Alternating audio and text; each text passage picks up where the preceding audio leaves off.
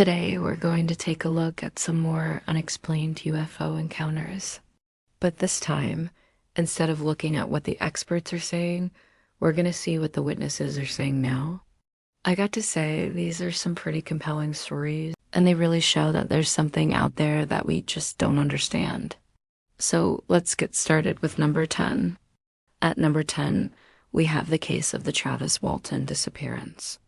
On September 29, 1975, Travis Walton went missing while cutting trees in the Apache Sitgreaves National Forest near Show Low, Arizona. His co-workers claimed that a bright white light suddenly appeared in the sky and headed straight for Travis. When they turned their heads away for only a split second, when they turned it back, Travis was gone.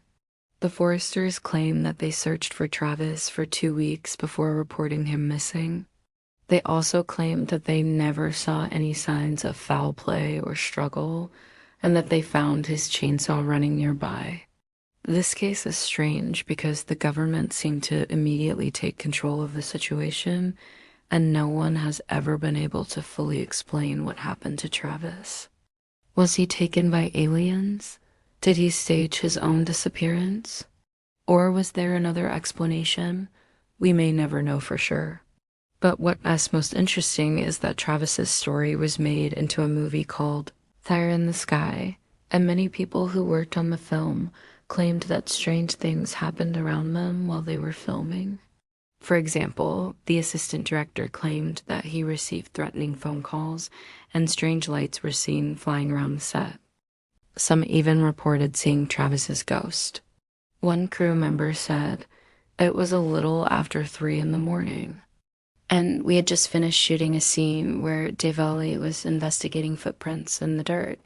As I walked toward the light to leave, I looked back and saw the print very clearly imprinted in the dirt. Then, when I turned to walk again, it was gone." So it seems like Travis's disappearance may not be the only mystery surrounding this case. Coming in at number 9, we have the Phoenix Lights. On March 13th, 1997, thousands of people in the Phoenix, Arizona area witnessed a series of strange lights in the sky. Some reported seeing a huge V-shaped formation of lights that appeared to be hovering over the city. Others reported seeing smaller groups of lights moving erratically through the sky. The event was so widespread and well documented that even the police and media took notice. While most reports were of a generally peaceful and mysterious nature, some claimed to see strange beings descending from the lights. One witness said they were coming down. I could see them coming down. There was 3 of them, and they were landing in front of me. I could see their feet and their legs. They were like gray-green or something like that, covered with hair. They were trying to hide behind a bush. They were scared. Although many theories have been put forward to explain the Phoenix Lights, there is still no consensus on what exactly was seen that night. Some believe it was a secret military operation, while others believe it was extraterrestrial in origin. But the vast amount of eyewitness accounts makes it hard to ignore the possibility that something truly mysterious was seen that night. At number 8, we have the Lubbock Lights. On August 25th, 1951, residents of Lubbock, Texas, saw a series of strange lights in the sky. The lights were seen in broad daylight and reportedly hovered over the town for several hours. One witness said, "I was getting ready to go to bed when my wife came into the bedroom and hollered, 'Get up quick and come out and see those planes.' I looked out the front window and saw between 20 and 30 airplanes in a group flying slowly over Lubbock. As I watched them, they flew in perfect parallel lines and then all turned right and continued in that direction. I thought it was the most amazing thing I'd ever seen." The incident was reported to the local police, and the military was quickly called in to investigate. However, they were unable to find any aircraft in the area, and no explanation was ever given. To this day, the Lubbock Lights remain one of the most famous UFO sightings in history, and many believe that it is evidence of a government cover-up. Some even claim that the lights can still be seen occasionally over Lubbock, keeping watch over the town. Moving on to number 7, we have the Rendlesham Forest Incident. On December 1980, several members of the United States Air Force witnessed strange lights in the sky near RAF Woodbridge in Suffolk, England. The lights were seen hovering over the nearby Rendlesham Forest, and some reports claimed that they landed in the forest and that strange creatures emerged from the craft. One witness said, "We got in the car and drove to the main gate. We stopped at the guardhouse and asked the duty officer if he'd seen the lights. He told us that he had, and he knew what we were talking about. He suggested that we drive to the north side of the base where we would probably be able to see the lights better. We did and parked the car. Just then, a car pulled up beside us and introduced himself as the deputy base commander. He told us he was investigating the lights and asked if we would tell him what we had seen. We described what we had observed, and he told us that other people had reported seeing similar things. The incident was reported to the local police, and an investigation was launched. However, no evidence of any extraterrestrial activity was ever found. Nevertheless, the Rendlesham Forest incident remains one of the most famous UFO cases in British history and has inspired numerous books and documentaries. Some believe that the UFOs seen in the forest were extraterrestrial in origin, while others believe that they were simply the result of misidentification or a hoax. However, there is one fact that cannot be denied. Something strange and unexplained was seen in the forest that night. Coming in at number 6, we have the aerial school encounter. In September 1994, over 60 students and teachers at the aerial school in Zimbabwe witnessed a group of strange beings standing around a disc-shaped object. The beings were described as tall and thin with large heads and big black eyes. One witness said, "They were humanoid in shape, but they were very thin. Their heads were quite big and their necks were also very long. They were wearing silver overalls, which were tight-fitting. They had big, big eyes. They were dark, jet black, shiny and round. They stood silently watching us, and I felt fear gripping my heart." The students were so traumatized by the experience that they refused to return to school until it was demolished and rebuilt. A local pastor later claimed that the UFO was actually a time machine that had traveled to the school to pick up students for higher mission. While this claim is obviously controversial, it does offer an alternative explanation for the strange encounter. Could the students and teachers have really witnessed a time-traveling UFO, or was there another explanation? We may never know for sure.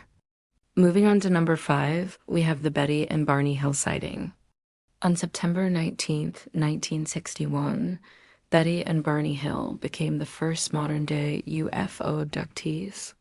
While driving home from a vacation in Canada, the couple saw a bright light in the sky and soon realized that they were being followed by a flying saucer. The couple claimed that they were taken aboard the saucer where they were examined by strange beings.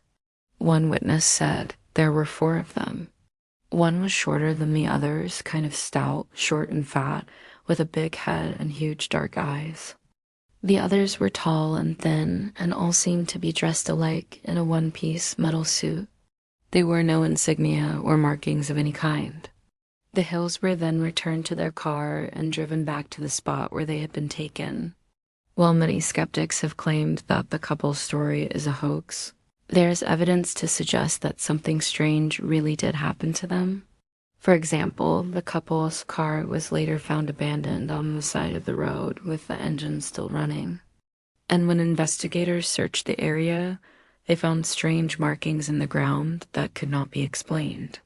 Furthermore, both Betty and Barney were hypnotized separately and told the same story without having discussed it beforehand. This suggests that the couple's story is genuine and that they really did witness a UFO and its crew.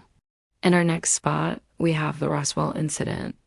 On July 8th, 1947, A rancher named Mac Brazel found strange debris scattered across his property near Corona, New Mexico. The debris consisted of rubber strips, tinfoil, a rather tough paper, and a box made of a similar material to that of the airplane propellers. After contacting the sheriff, the debris was turned over to the local hospital for investigation. However, the next day, the military arrived and took possession of the materials. They then issued a press release stating that they had recovered a flying disc from a ranch in the Corona area. This caused a media frenzy and speculation that the government was hiding evidence of extraterrestrial life. However, the military quickly retracted their statement and claimed that the debris was actually from a crashed weather balloon. Despite this, many people believe that the Roswell incident was real and that the government is still hiding evidence of alien life. In recent years, new evidence has come to light that suggests that the crash was actually a nuclear test. However, this still leaves unanswered questions as to why the government lied about the incident and what really happened to the alien bodies that were allegedly recovered. Moving on to number 4, we have the Allagash abductions. In 1976, 4 friends from the University of Maine claimed that they were abducted by aliens. The 4 friends were camping in the Allagash Wilderness Water National Monument when they claimed to be taken aboard a UFO and subjected to physical and psychological tests. One witness said, "The light was right down on top of us. I remember thinking that I was going to die. Then I was lying on the ground looking up at the sky. I saw 2 figures and a craft. I heard voices inside my head. They were communicating directly with me mentally." While some have criticized the lack of physical evidence in the case, the 4 friends were all consistent with their story and provided detailed descriptions of the aliens and their craft. Additionally, a 5th person who joined the group later claimed to have seen similar lights in the sky and heard strange noises. While the case remains unsolved, the Allagash abductions are considered to be one of the most compelling UFO cases ever investigated. And in our 3rd spot, we have the Beacon, New York incident. In November 1952, a pilot named Michael Wolff was flying his single-engine plane near Beacon, New York, when he encountered a UFO. Wolff claimed that he was flying at an altitude of 18,000 feet when he saw a bright light in the sky. He said, "I watched it rise from the west to the east. It was a perfectly clear night, and I noticed this orange glow in the sky, which seemed to be growing larger. I had never seen anything like it before." Wolff claimed that as he approached the object, it began to descend rapidly and he could see strange beings on board. One witness said, "I saw this creature with big bug eyes. It was sitting in the window and beckoning with its finger. It seemed to want me to follow it. I tried to contact it, but it suddenly started to move faster than anything I've ever seen before." Unfortunately, Wolff's plane was hit by anti-aircraft fire and he was forced to bail out. He survived the fall, but he was never able to recover the wreckage of his plane or find any evidence of the UFO.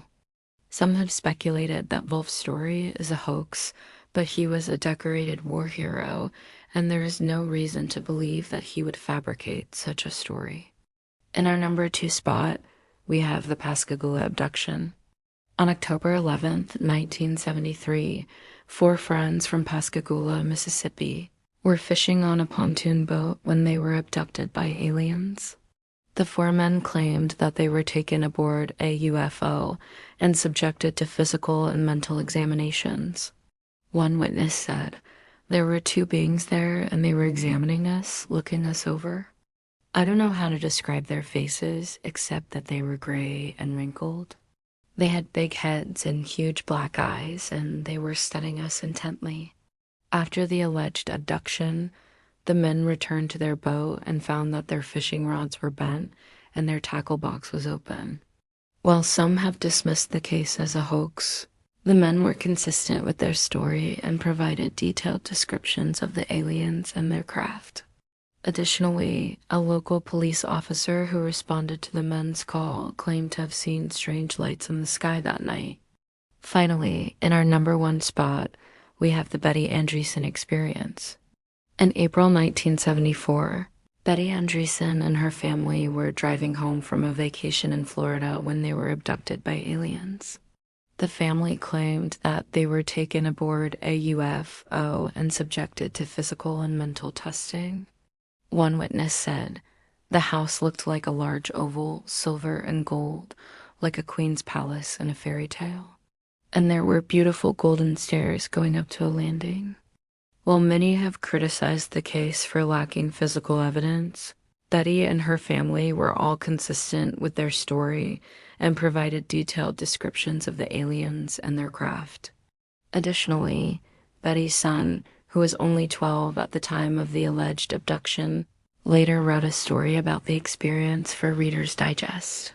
The story was accompanied by a drawing that he had made of the UFO and the aliens that had abducted them.